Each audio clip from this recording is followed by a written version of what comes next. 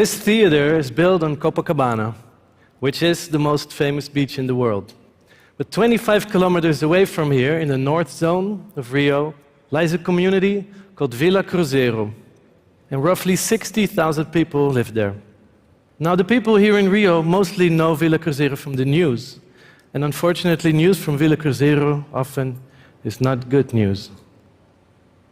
But Vila Cruzeiro is also the place where our story begins. 10 years ago, we first came to Rio to shoot a documentary about life in the favelas. Now, we learned that favelas are informal communities. They emerged over the years when immigrants from the countryside came to the cities looking for work, like cities within the cities, known for problems with crime, poverty, and the violent drug war between police and the drug gangs. So what struck us was that these were communities that the people who lived there had built with their own hands, without a master plan and like a giant work in progress. Where we're from, in Holland, everything is planned. We even have rules for how to follow the rules. So the last day of filming, we ended up in Vila Cruzeiro, and we were sitting down and we had a drink, and we were overlooking this hill with all these houses. And most of these houses looked unfinished, and they had walls of bare brick, but we saw some of these houses that were plastered and painted. And suddenly we had this idea, like, what would it look like if all these houses would be plastered and painted? And then we imagined one big design, you know, like one big work of art. Like, who would expect something like that in a place like this? So we thought, would that even be possible? So first we started to count the houses, but we soon lost count. But somehow the idea stuck. We had a friend. He ran an NGO in Vila Cruzeiro. His name was Nanko, and he also liked the idea. He said, you know, everybody here would pretty much love to have their houses plastered and painted. It's when a house is finished. So he introduced us to the right people, and Vitor and Mauri became our crew. We picked 3 houses in the center of the community, and we start here. We made a few designs, and everybody liked this design of a boy flying a kite the best. So we started painting, and the first thing we did was to paint everything blue. And we thought that looked already pretty good.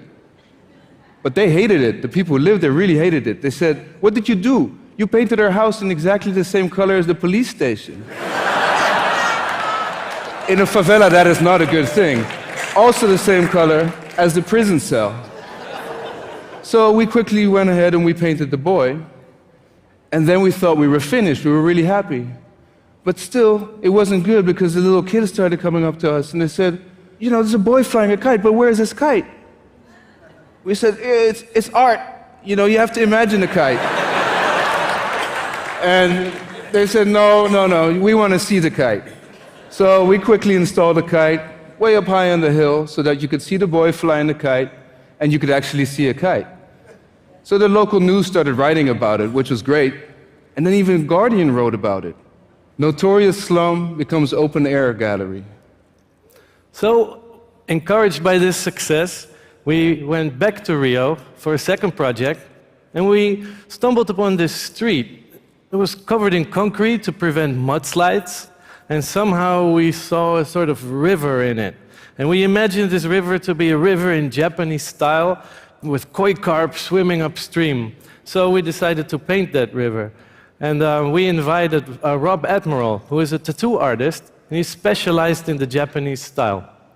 So little did we know that we would spend almost an entire year painting that river together with Giovanni and Robinho and Vitor, who lived nearby. And we even moved into the neighborhood when one of the guys that lived on the street, Elias, told us that we could come and live in his house together with his family, which was fantastic. Unfortunately, during that time, another war broke out between the police and the drug gang.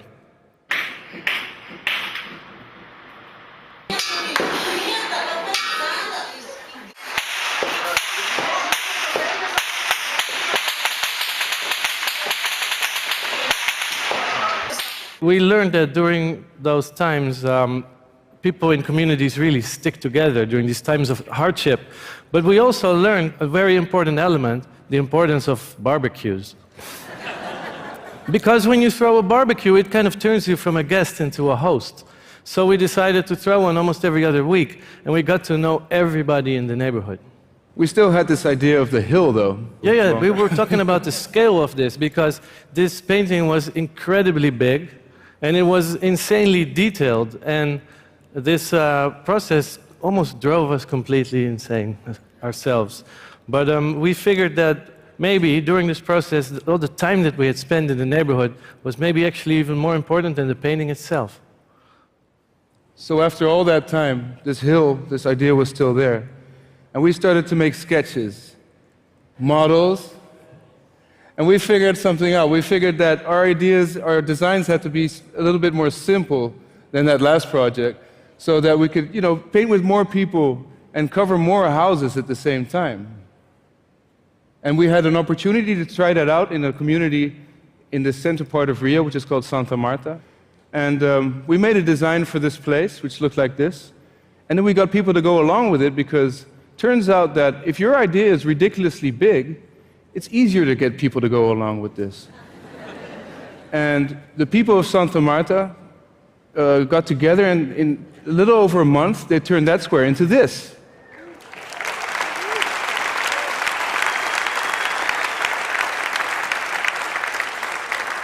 And this image somehow went all over the world. So then we received an unexpected phone call from the Philadelphia Mural Arts Program. And they had this question, if this idea, our approach, if this would actually work in North Philly, which is one of the poorest neighborhoods in the United States. So we immediately said yes. Now we had no idea how, but it seemed like a very interesting challenge. So we did exactly the same as we did in Rio, and we moved into the neighborhood and started barbecuing.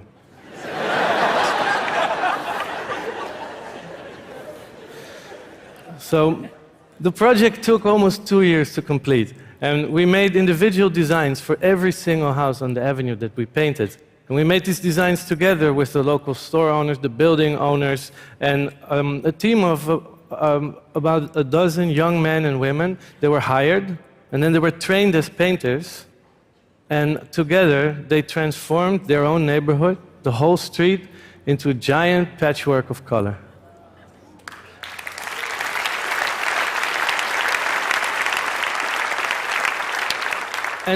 And at the end, the city of Philadelphia thanked every single one of them and gave them like a merit for their accomplishment. So now we had painted a whole street. How about we do this whole hill now? We started looking for funding, but instead, we just ran into questions like, how many houses are you going to paint? How many square meters is that? How much paint are you going to use? And how many people are you going to employ? And we did try for years to write plans, for the funding and answer all those questions. But then we thought, in order to answer all those questions, you have to know exactly what you're going to do before you actually get there and start. And maybe it's a mistake to think like that. It would lose some of the magic that we had learned about, that if you go somewhere and you spend time there, you can let the project grow organically and have a life of its own. So what we did is we decided to take this plan and strip it away from all the numbers, and all the ideas and presumptions, and just go back to the base idea, which was to transform this hill into a giant work of art. Instead of looking for funding, we started a crowdfunding campaign, and in a little over a month, more than 1,500 people got together and donated over $100,000. So for us, this was an amazing moment, because now we finally had the freedom to use all the lessons that we had learned and create a project that was built the same way that the favela was built, from the ground on up, bottom up, with no master plan. So we went back and we employed Angelo, and he's a local artist from Villa Cruzeiro, very talented guy, and he knows almost everybody there. And then we employed Elias, our former landlord, who invited us into his house, and he's a master of construction. Together with them, we decided where to start. We picked this spot in Villa Cruzeiro, and houses are being plastered as we speak. And the good thing about them is that they are deciding which houses goes next. They're even printing T-shirts, they're putting up banners, explaining everything to everybody, and talking to the press. This is an article about Angelo that appeared. So while this is happening, we're bringing this idea all over the world. So like the project we did in Philadelphia, we're also invited to do workshops, for instance, in Curaçao. And right now we're planning a huge project in Haiti. So the favela was not only the place where this idea started, it was also the place that made it possible to work without a master plan, because these communities are informal. This was the inspiration. And in a communal effort, together with the people, you can almost work like in an orchestra, where you have 100 instruments playing together to create a symphony. So we want to thank everybody who wanted to become part of this dream and supported us along the way. And we are looking at continuing. Yeah, and so one day, pretty soon, when the colors start going up on these walls, we hope more people will join us and join this big dream. And so that maybe one day, the whole of Villa Cruzeiro will be painted. Thank you.